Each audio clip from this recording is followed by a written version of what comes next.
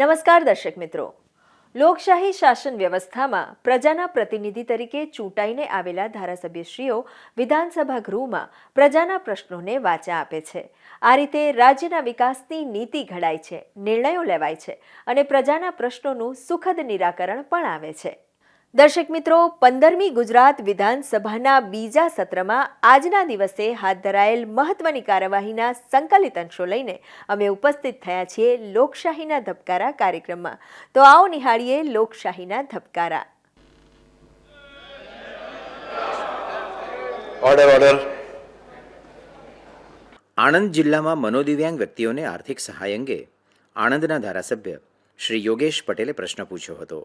સામાજિક ન્યાય અને અધિકારિતા મંત્રી શ્રીમતી ભાનુબેન બાબરિયાએ આ પ્રશ્નનો જવાબ આપ્યો હતો.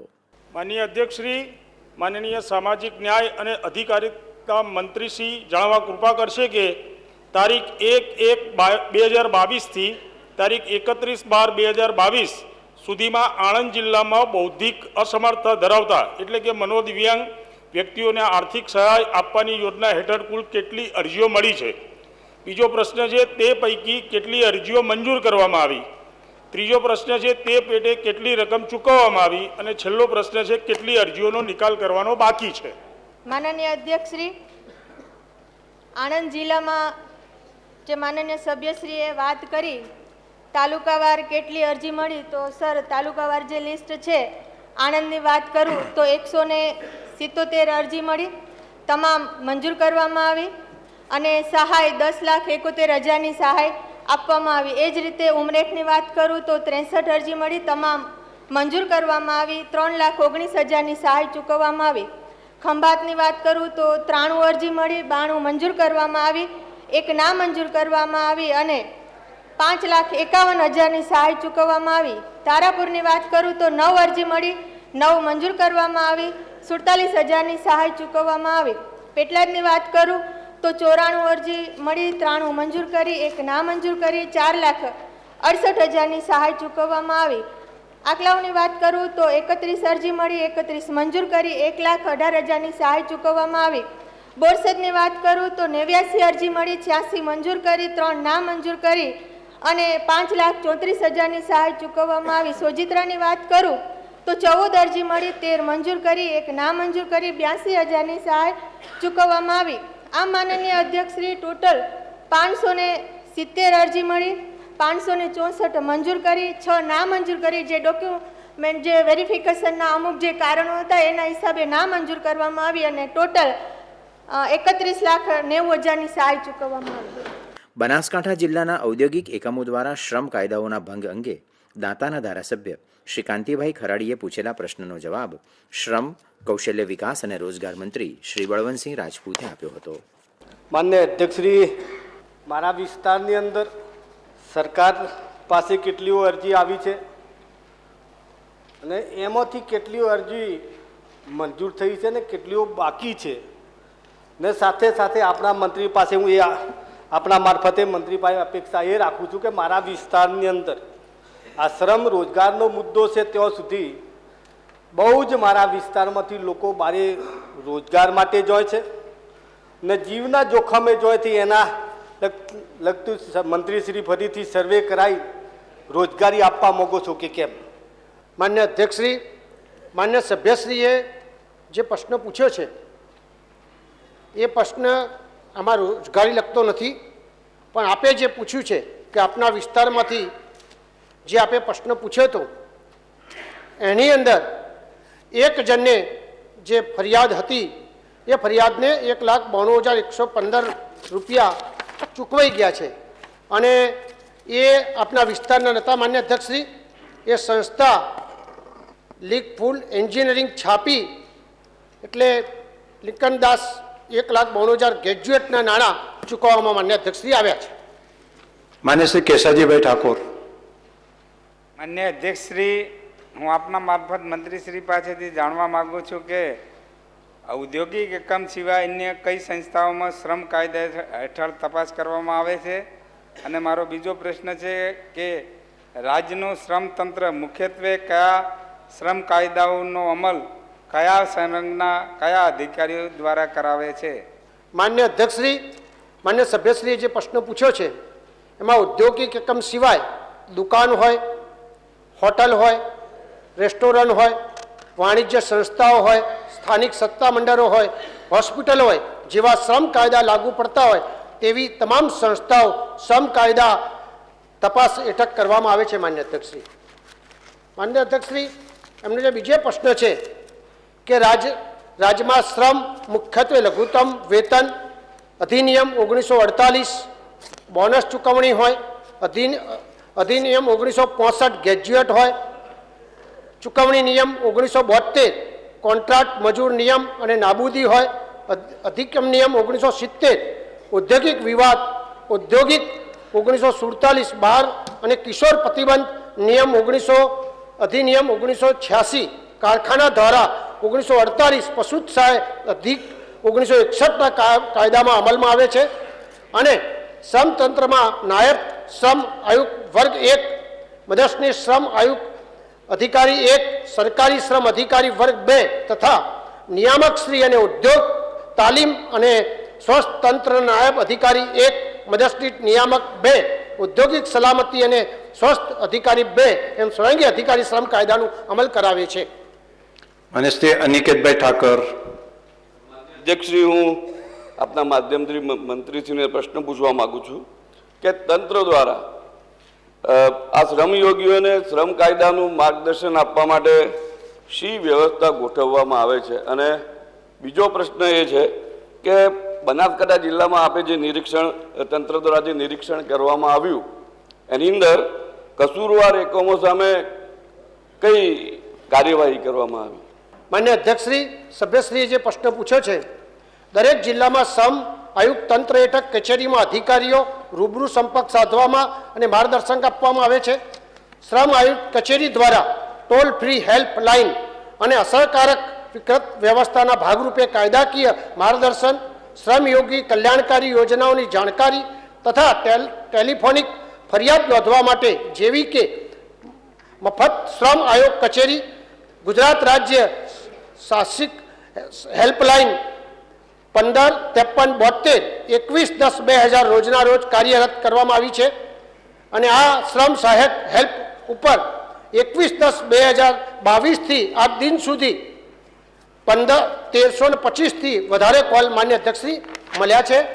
માન્ય અધ્યક્ષશ્રી, છેલ્લા 2 વર્ષમાં બનાસકાંઠા જિલ્લામાં 1/2/2021 થી 31/1/2022 દરમિયાન 157 એકમોનું નિરીક્ષણ કરતા શ્રમ કાયદાનો ભંગ બદલ 24 કોર્ટ કેસ દાખલ કર્યા છે તથા 1/2/22 થી 31/1/2023 દરમિયાન 140 સંસ્થાઓનું નિરીક્ષણ કરતા 32 સંસ્થાઓમાં શ્રમ કાયદા ભંગ બદલ 32 કોર્ટ દાખલ કર્યા છે. એમ કુલ મળીને 297 એકમોનું નિરીક્ષણ કરવામાં આવ્યું છે અને કુલ 56 કોર્ટ કેસ દાખલ કરવામાં આવ્યા છે. માન્ય શ્રી પ્રવીણભાઈ માળી.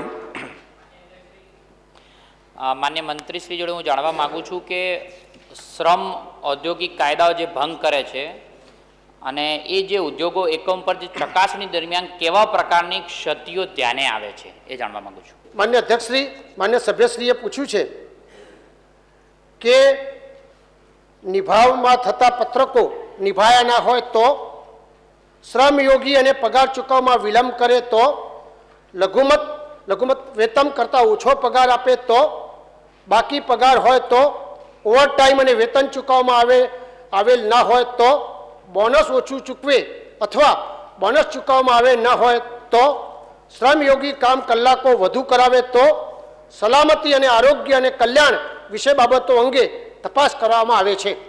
અમરેલી જિલ્લામાં કુંવરબાઈનું મામેરું યોજના હેઠળ મળેલી અરજીઓ અંગે રાજુલાના ધારાસભ્ય શ્રી હીરાભાઈ સોલંકીએ ઉપસ્થિત કરેલા પ્રશ્નનો ઉત્તર સામાજિક ન્યાય અને અધિકારિતા મંત્રી શ્રીમતી ભાનુબેન બાબરિયાએ આપ્યો હતો.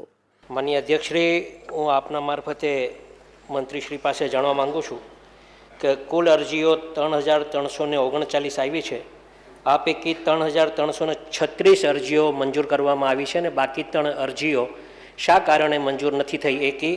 અને બીજું માનનીય અધ્યક્ષશ્રી, કુંવરબાઈનું મામેરું યોજના સરળતાથી લોકોને લાભ મળે એના માટે સરકારશ્રીએ કોઈ આયોજન કર્યું છે કે કેમ?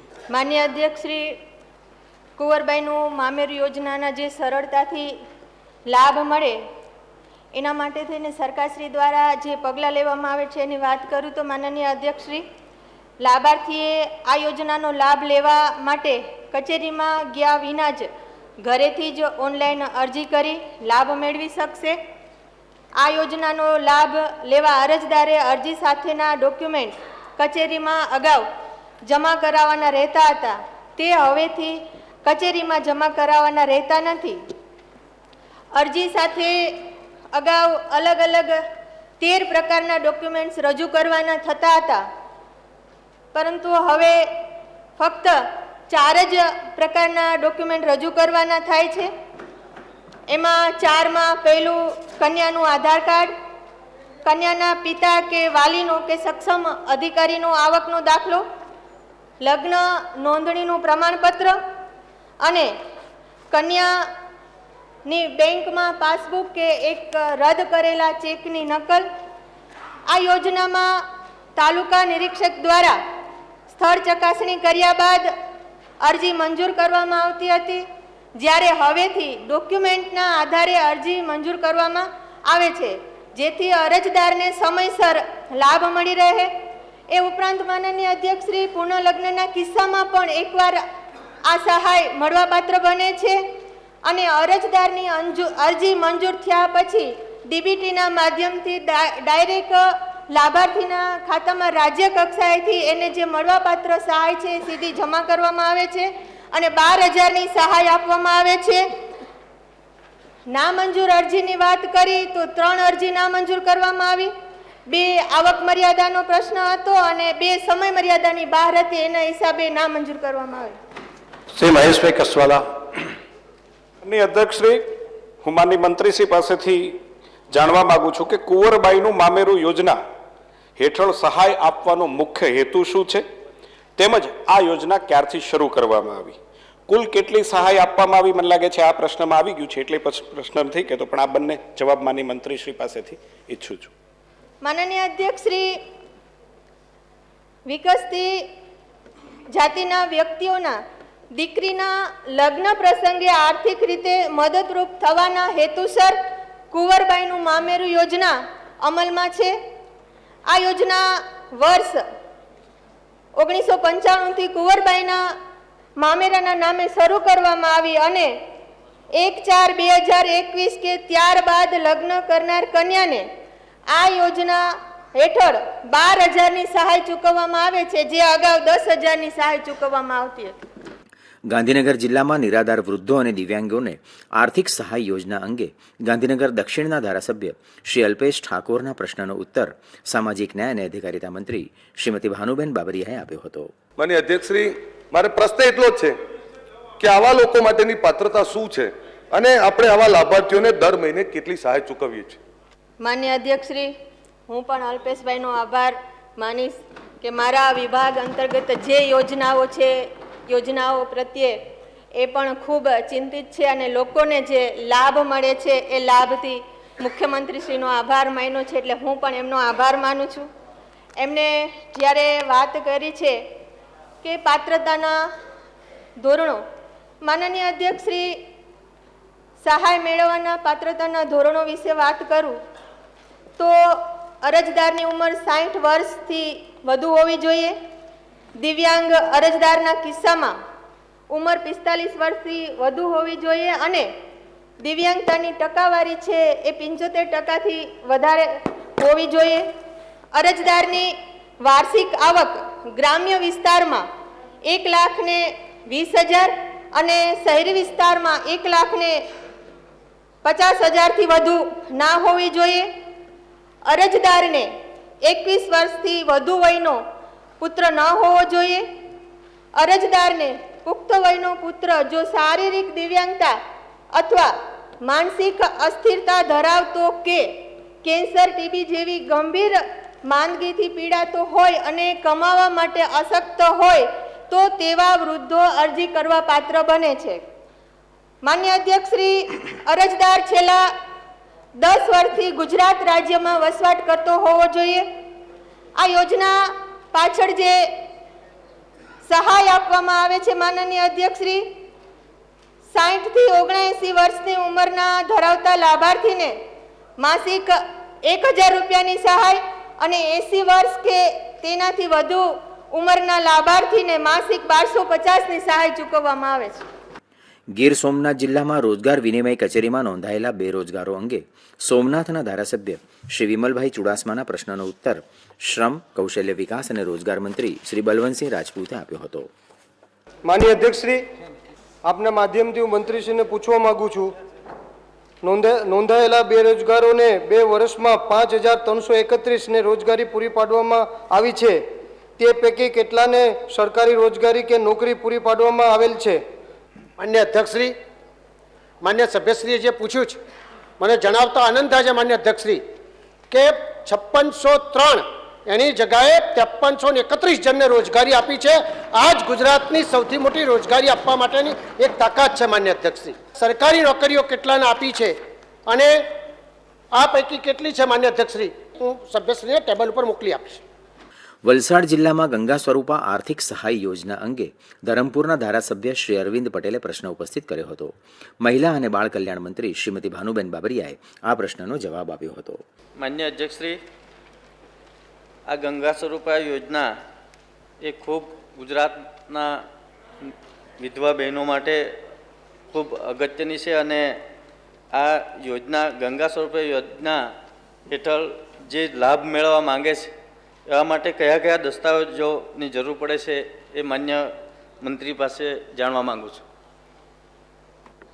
માનનીય અધ્યક્ષશ્રી, આ ગંગા સ્વરૂપા યોજનાના લાભ મેળવવા માટેના દસ્તાવેજોની વાત કરું તો અરજદારની ઉંમરનો કોઈ પણ એક પુરાવો, કુટુંબની આવકનું પ્રમાણપત્ર, રહેઠાણ અંગેનો કોઈ પણ એક પુરાવો, વિધવા અને પુનઃલગ્ન ન કર્યા હોય એ અંગેનું પ્રમાણપત્ર.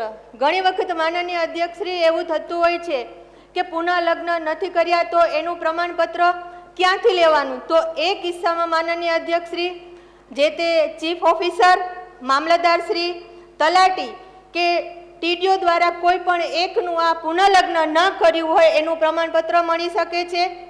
પતિના અવસાનનો દાખલો, અરજદારના આધાર કાર્ડની નકલ, બેંક, પોસ્ટ ઓફિસ બચત ખાતાની પાસબુકની નકલ અને અરજદારના રેશન કાર્ડની નકલ આ આધાર પુરાવા સાથે ફોર્મ ભરી શકે. આણંદ જિલ્લામાં મહિલા સ્વાવલંબન યોજના અંગે પેટલાદના ધારાસભ્ય શ્રી કમલેશભાઈ પટેલે પૂછેલા પ્રશ્નનો જવાબ મહિલા અને બાળ કલ્યાણ મંત્રી શ્રીમતી ભાનુબેન બાબરિયાએ આપ્યો હતો.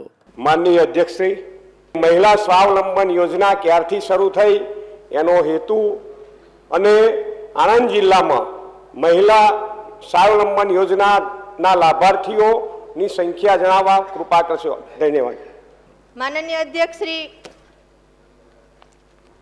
મહિલા સ્વાવલંબન યોજનાનો મુખ્ય હેતુ ગરીબી રેખા નીચે જીવતા કુટુંબો, ગ્રામ્ય તથા શહેરી વિસ્તારની જરૂરિયાતમંદ મહિલાઓને સ્વરોજગારી માટે બેંક દ્વારા અપાયેલ લોન સામે સરકારશ્રી દ્વારા સબસિડી આપી અને પગભર બનાવવાનો તેમજ ઉદ્યોગ અને ખાણ વિભાગના 5/1/1996ના ઠરાવથી ઘર દીવડા યોજના અમલમાં મૂકવામાં આવેલ હતી. માનનીય અધ્યક્ષશ્રી, મહિલા અને બાલ કલ્યાણ વિભાગના 13/1/2020ના ઠરાવથી આ યોજનાનું નામ ઘર દીવડા બેંકેબલને બદલે મહિલા સ્વાવલંબન યોજના રાખવામાં આવેલ છે. માનનીય અધ્યક્ષશ્રી, આ યોજનામાં 307 પ્રકારના અલગ અલગ વ્યવસાયો માટે 2 લાખ સુધીની લોન રાષ્ટ્રીયકૃત બેંક કે સહકારી બેંક દ્વારા આપવાની લોન સામે જે પ્રોજેક્ટ કોસ્ટ છે 15% અથવા 30,000 બેમાંથી ઓછું જે હોય તેટલી સહાય ચૂકવવામાં આવે છે.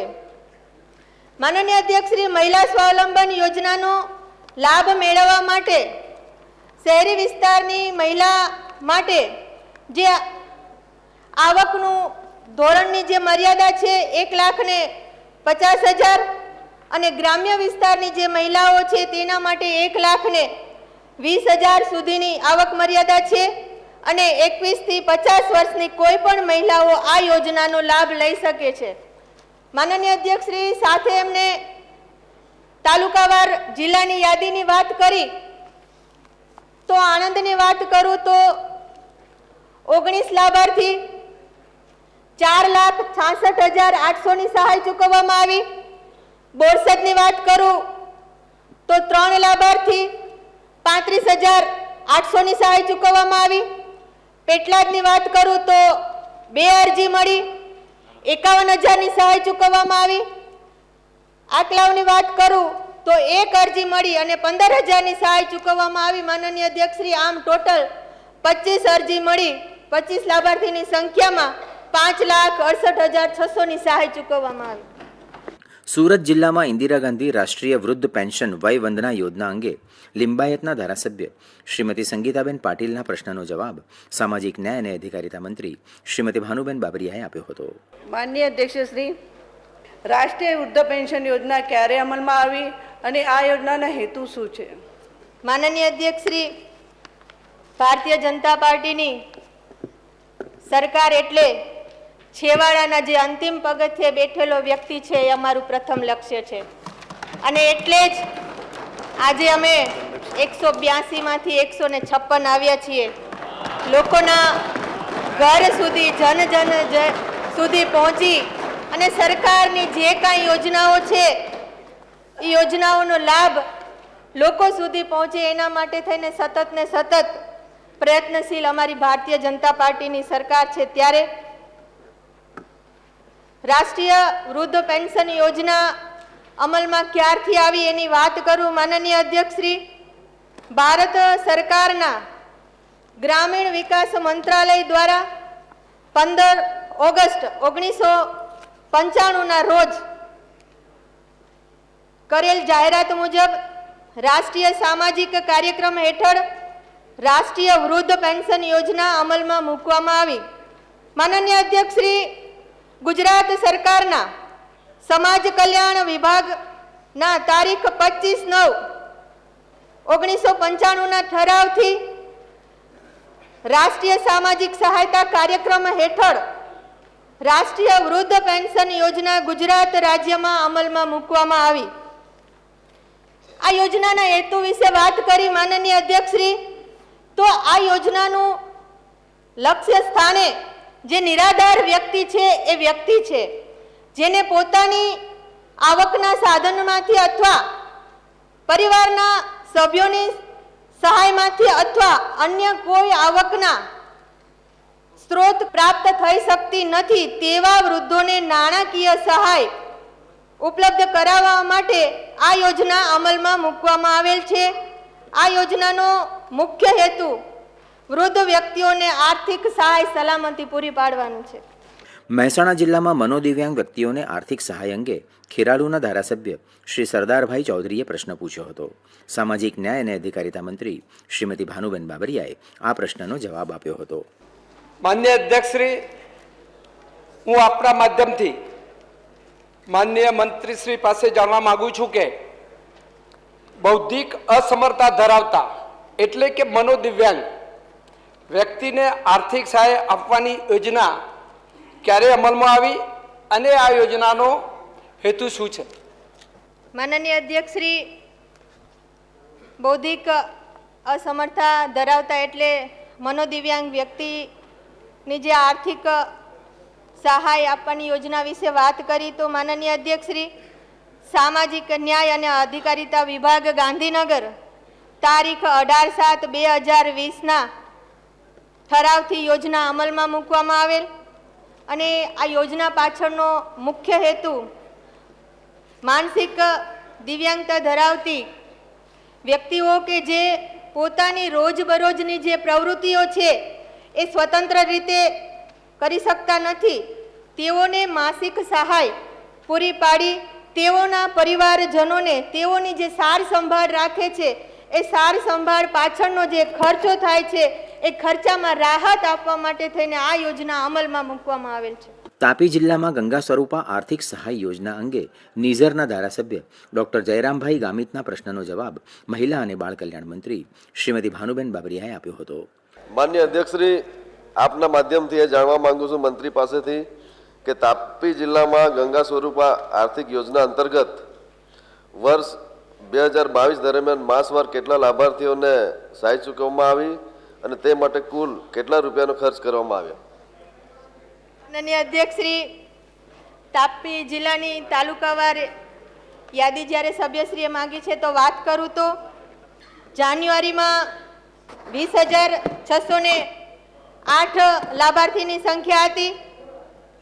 તેમાં 2.62 કરોડની સહાય ચૂકવવામાં આવી.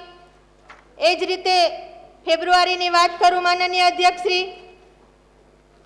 તો 20,736 લાભાર્થીની સંખ્યા હતી. તેમાં 2.62 કરોડની સહાય ચૂકવવામાં આવી. એ જ રીતે માર્ચ મહિનાની વાત કરું માનનીય અધ્યક્ષશ્રી તો 20,931 લાભાર્થીની સંખ્યા હતી. તેમાં 2.90 કરોડની સહાય ચૂકવવામાં આવી. એ જ રીતે એપ્રિલની વાત કરું તો 21,799 લાભાર્થીની સંખ્યા હતી. તેમાં 2.90 કરોડની સહાય ચૂકવવામાં આવી. મે મહિનાની વાત કરું તો 21,998 લાભાર્થીની સંખ્યા હતી અને 2.82 કરોડની સહાય ચૂકવવામાં આવી.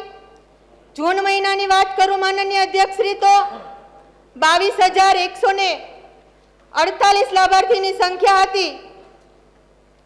તેમાં 2.80 કરોડની સહાય ચૂકવવામાં આવી. જુલાઈની વાત કરું માનનીય અધ્યક્ષશ્રી